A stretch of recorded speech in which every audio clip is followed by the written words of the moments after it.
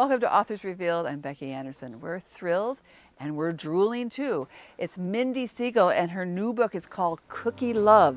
She's a James Beard award-winning chef.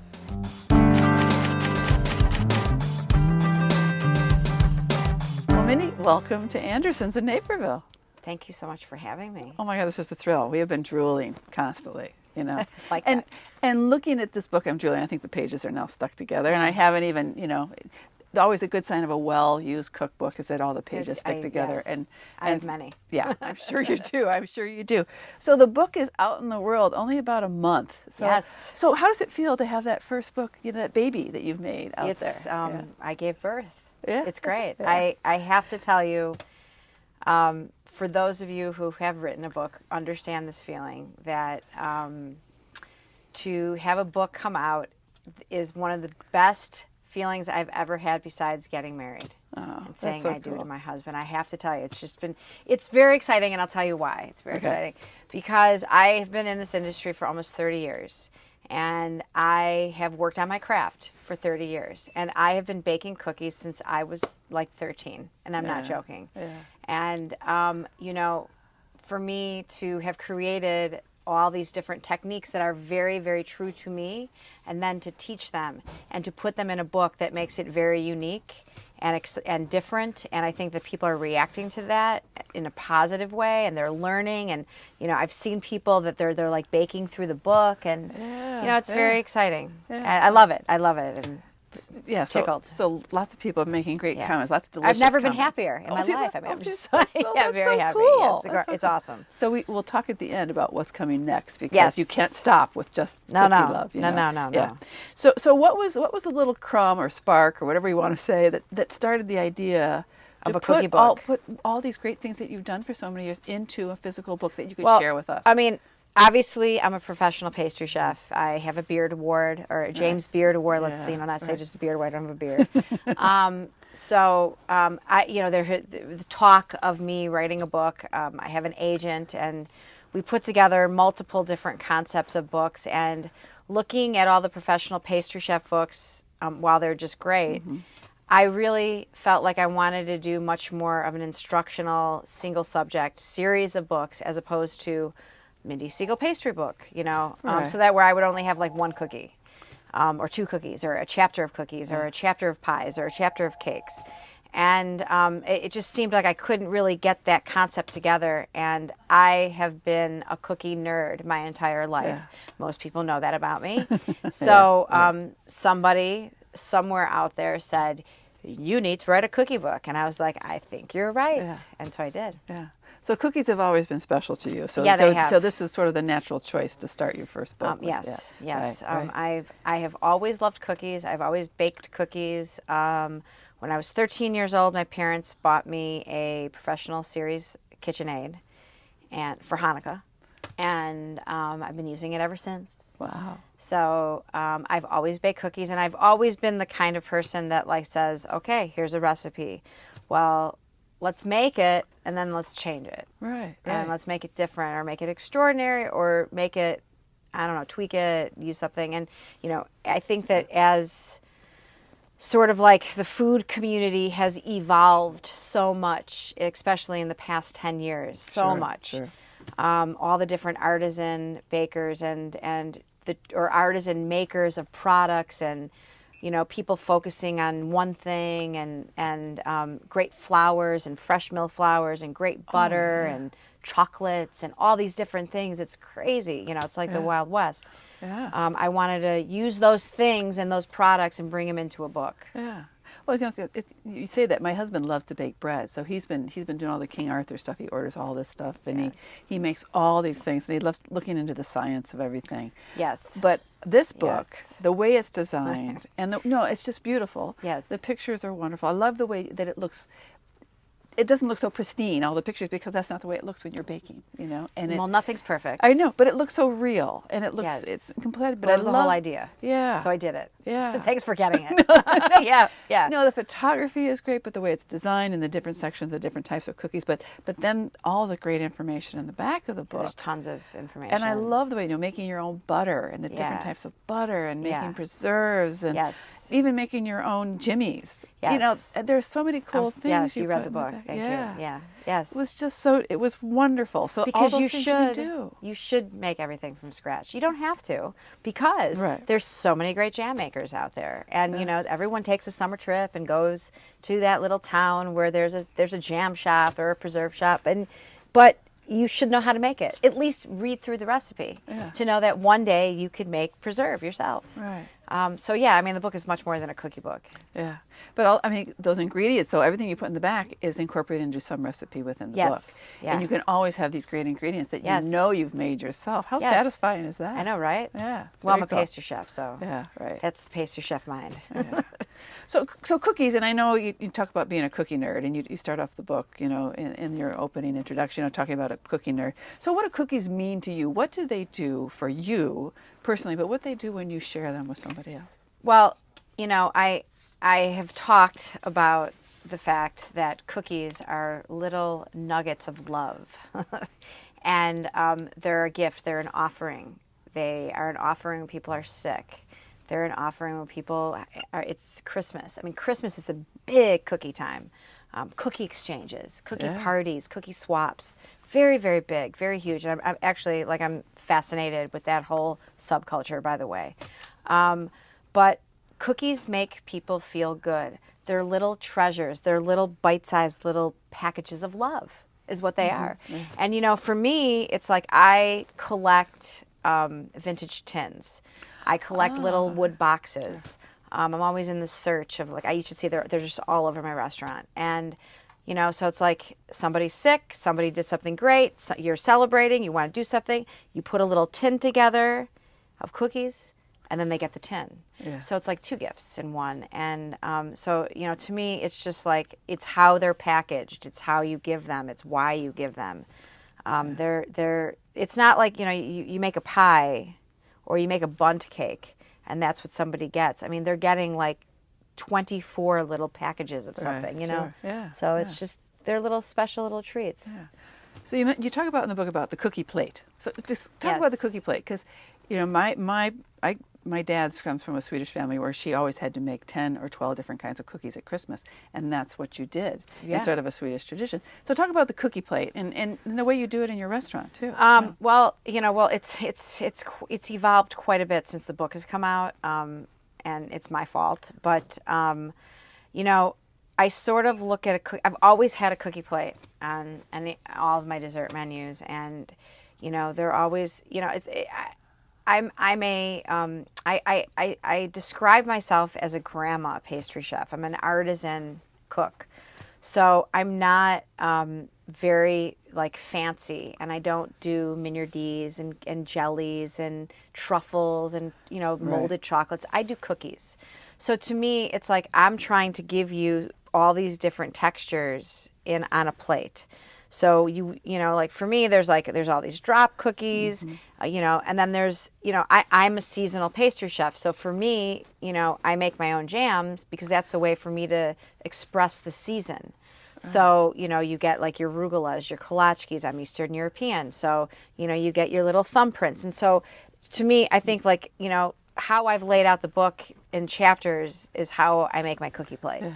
Okay. Is a great way to describe it. Yeah.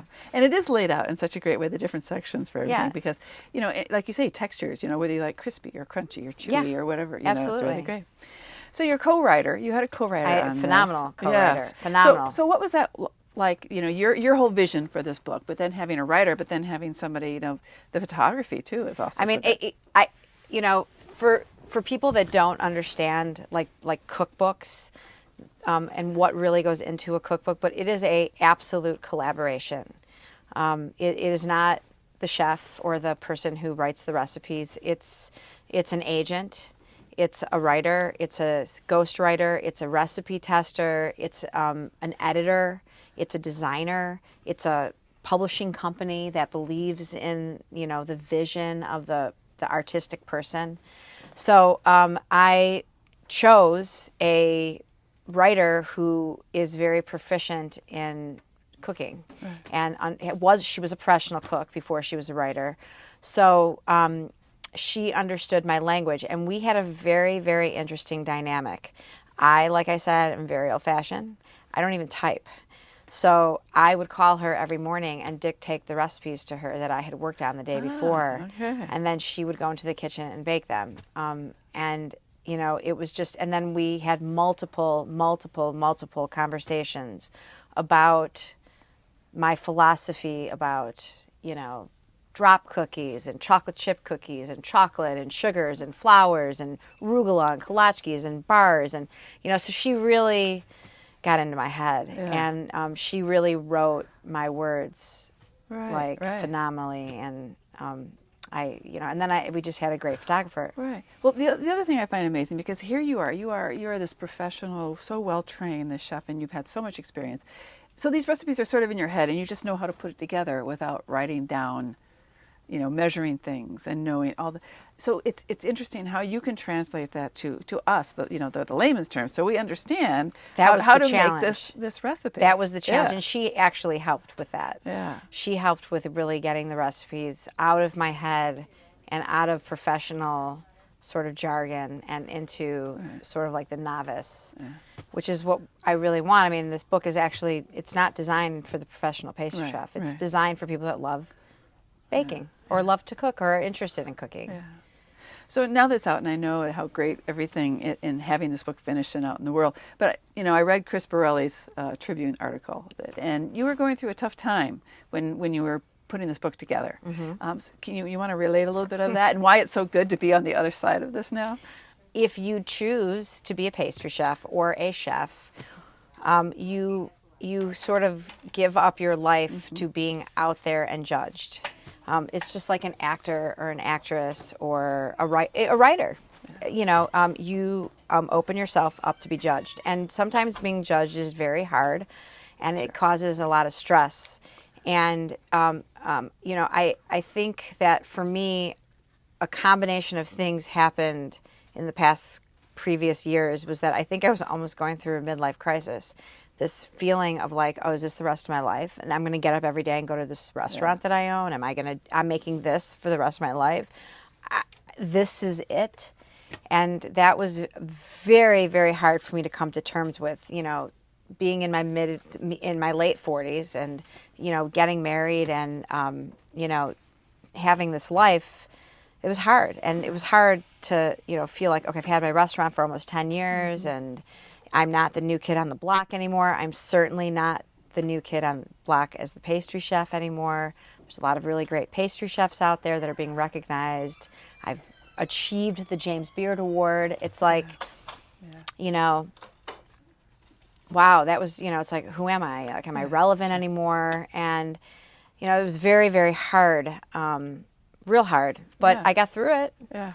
Because I realized that, the most important thing is, how I feel. Right. And being okay with just being me. Right. And the other things outside of work and what you do as a professional. I think that's the thing is that I had, and I think a lot of people feel this way. Who are you behind your job? Exactly. Or behind your career? Yeah. What are you? Yeah. Are you your career or are you you? It's like, so, getting into the psychological of the whole thing. So I've come to terms with it now, and I'm really okay with me. Great. No. I like me. Yay. Yeah, because I know me, and I'm happy. Yeah. So what is your first memory of baking something? Oh, I have a good one. I mean, and then you go, wow, this is great. This tastes incredible. Well, I don't think that's not what I thought. Well, just even that first memory of doing it yourself. Yeah, I can tell you the whole story. It's a great story. I was a little girl. It was after school one day, and I was with my friend Hillary and her sister Jennifer, and we were at their house, and we were determined to make chocolate chip cookies. And so we took the back of the Toll House chocolate chips, and we made the cookies, and they came out of the oven, and they did not look like chocolate chip cookies. And we were like, what happened? They were like flat and really weird. And so we tasted them, and what we did was we switched the sugar and the salt. We didn't even realize it. This is the first memory. And I was like, okay, yeah. And that was pretty interesting because now look at me, I wrote a book about cookies. Yeah. So that was funny, and we had a really good time with it. We were getting into trouble, and it was fun, and it was a great memory. And because you relate that story in the book. I did. Yeah. Yes, I do. Yeah. But so now chocolate chips. You've been asked this question a gazillion times. I know about the secret to the best chocolate chips. So Well, can you give us just a couple there of is tips? no secret to the best chocolate chips. The best chocolate chips are not chocolate chips. Okay. The best chocolate is chocolate. Okay. And you have to use chocolate. And, nowadays, all the chocolate companies make little pistoles, or they all have the different Calais, pistoles. They all have these little different nuggets, candy bars, whatever. So actually, those are the best chocolates to use. Okay. I think they melt better. They melt. Okay. Chocolate chips are designed to not really melt. You know what I mean? That's right. Right, and they've got these waxy taste. So where is some of the best chocolate you can get that's made here in the States? What do you think? Cho chocolate is one of my favorite chocolates. Okay. It's for chocolate chips. They have a chocolate that's 53%. Now that's made in San Francisco. It's processed. Obviously, the beans come from Africa or wherever. Right, I mean, because beans are made from all over the place. But they process and roast the beans and make the chocolate conchit or whatever they do in San Francisco, and their milk solids they use from Humboldt County. Okay. So it's a very interesting flavor profile, and I love it. They're 53%. I'm very, very partial to a newer family of chocolates called sour or dark milks. Oh, yeah. They're milky on the mouth, yet they finish like I don't know if they start out being like they're in between that bittersweet and milk chocolate. Not semi-sweet, very different. So they have that mouthfeel of milk chocolate, but they're a little darker than like a really light milk, like a Lindt milk chocolate. Yeah. So those are my favorites, and there's hundreds of different percentages that you could do, and Valrhona makes a lovely spread, vast majority of the range. Cocoa Berry makes a really great range. Yeah. So there, and then there's Cho, and then there's other chocolates. Those are the ones that I use the most of. Sure. I mean, Mass Brothers is great, but they're very dark, very bitter chocolate, but they're very good. I mean, it just depends. Very different from those very those Toll different. House. Yes. Yeah. It depends. I mean, chocolate has so many different personalities. Yeah, right. You just got to put one on your mouth and like it. Right. So, Kendall College. Yes. So, but by the way you started at University of Wisconsin, so I know there's a great story behind that. Yeah. So tell us a little bit about that. I went to Kendall my first year of college, as a junior college, just to get my grades because I didn't have good grades. Right. So that I could transfer to University of Wisconsin. So I go to University of Wisconsin, and I'm not feeling school at all. I'm way more into cooking than I am going to school, and hanging out with my friends, which is what most people are into at that age. Right. And I was walking to school one day, and I was on campus, and I saw the bus, and it said Chicago on it. And I literally got on the bus and came home. And my parents came home from work, and they were like, "What are you doing home?" And I'm like, I'm going to drop out of college, and I'm going to go to culinary school. And they were like, okay. Yeah. They were really cool about it. Yeah. I mean, they were cool. I mean, I was very determined. So that bus was there for a reason. Yeah, I mean, I just came home, and I got a job, worked for a year in the industry, went to culinary school, and I really, unfortunately, have not stopped since. Yeah.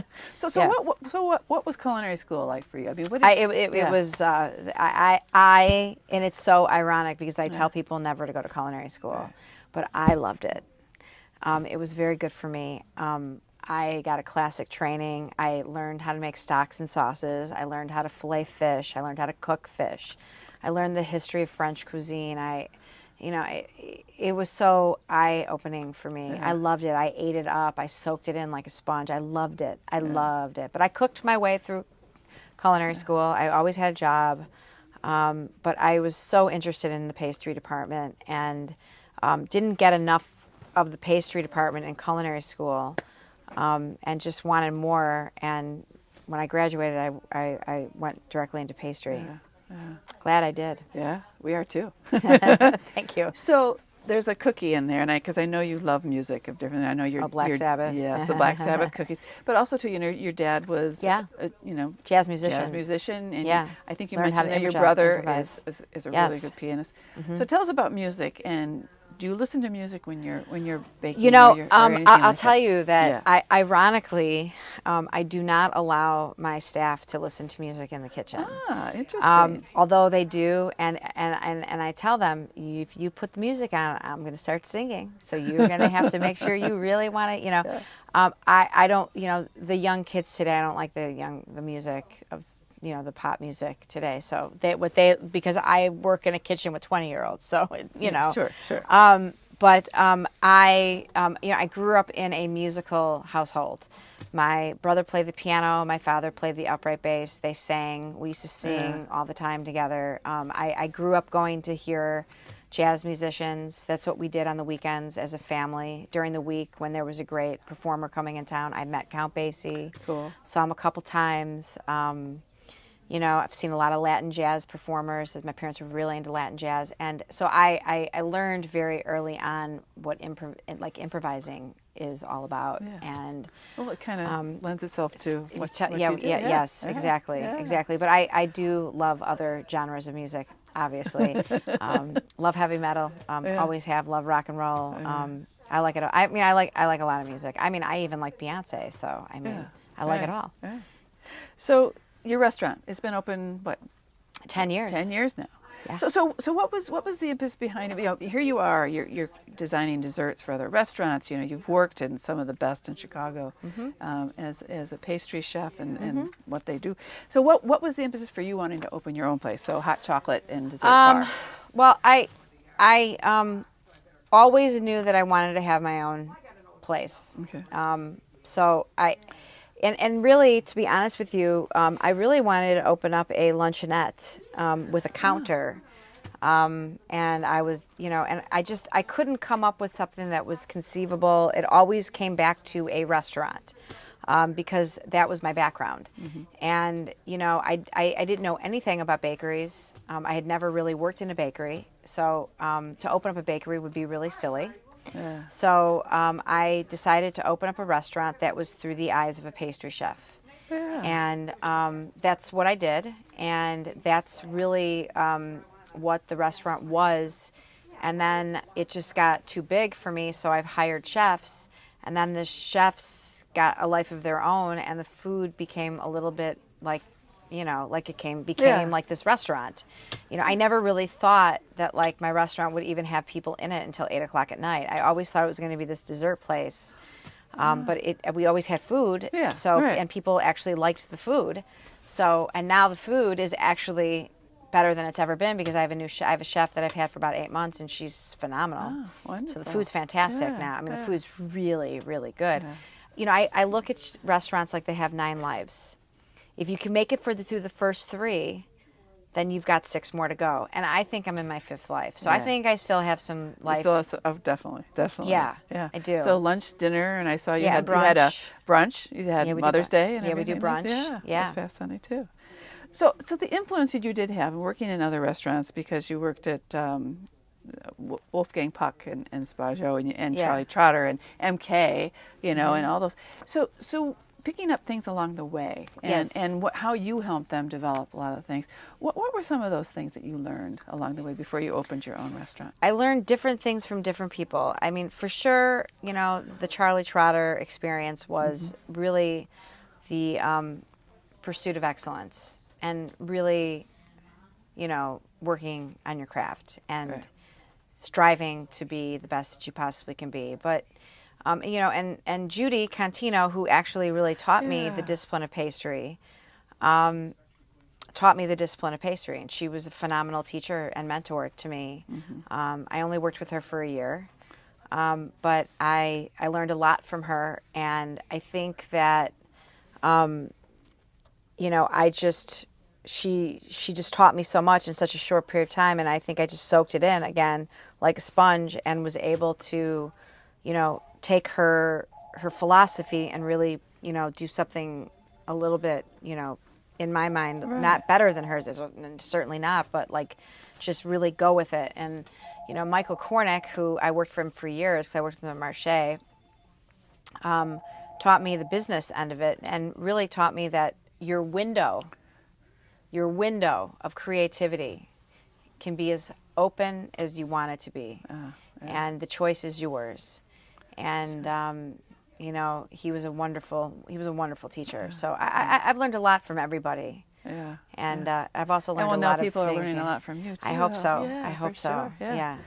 So winning the James Beard Award 2012, what was that like? Because that's the the mother lode of it was awards. pretty cool. Yeah, right. Well, I had been nominated. It was my 6th time being nominated. So I was a professional at being nominated. But it was the one year that I didn't go to the Beard Awards.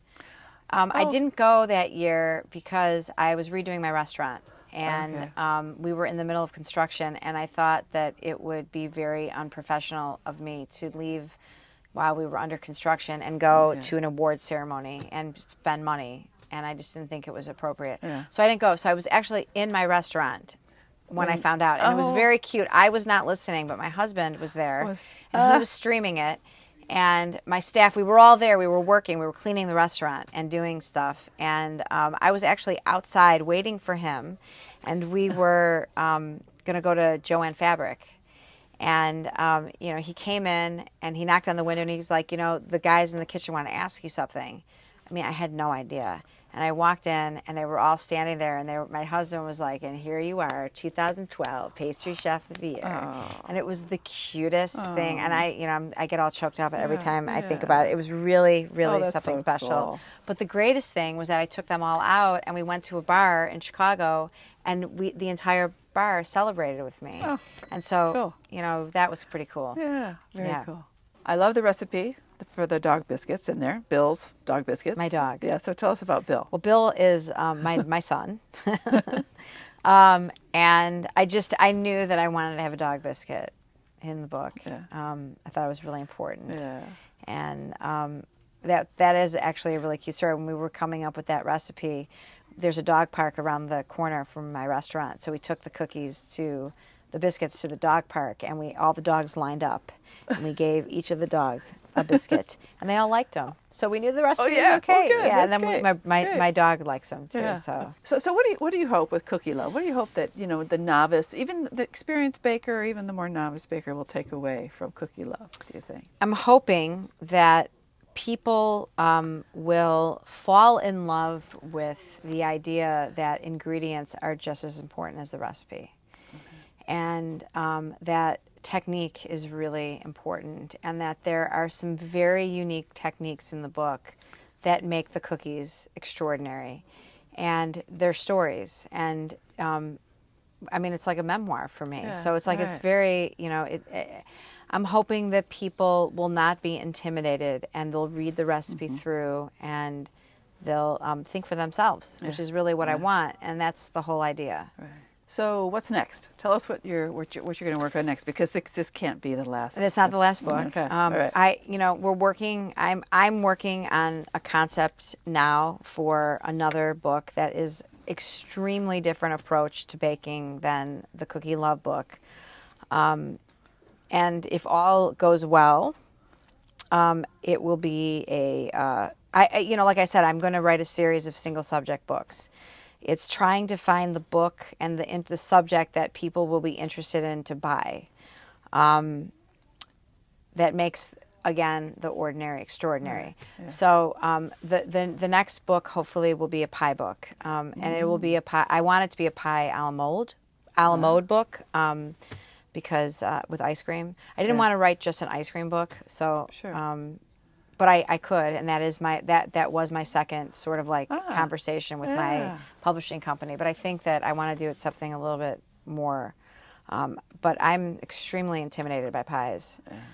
So if I can pull this one off, then well, you're going to help us all, because I know they're intimidating. Yeah, they are. Yeah. And 10 Speeds Press, they make some wonderful cookbooks. They sure do. Yeah, they really do. I couldn't be with a better company. Well, Mindy, congratulations on Cookie Love, and thank you for showing some of your love, because like I said, we're all drooling over this Awesome. book, so thank you. Thank you. If you want to drool over some of the best cookie recipes I've seen in a long while, you've got to get Cookie Love by Mindy Segal. She's a James Beard award-winning pastry chef. Thanks for joining me on Authors Revealed.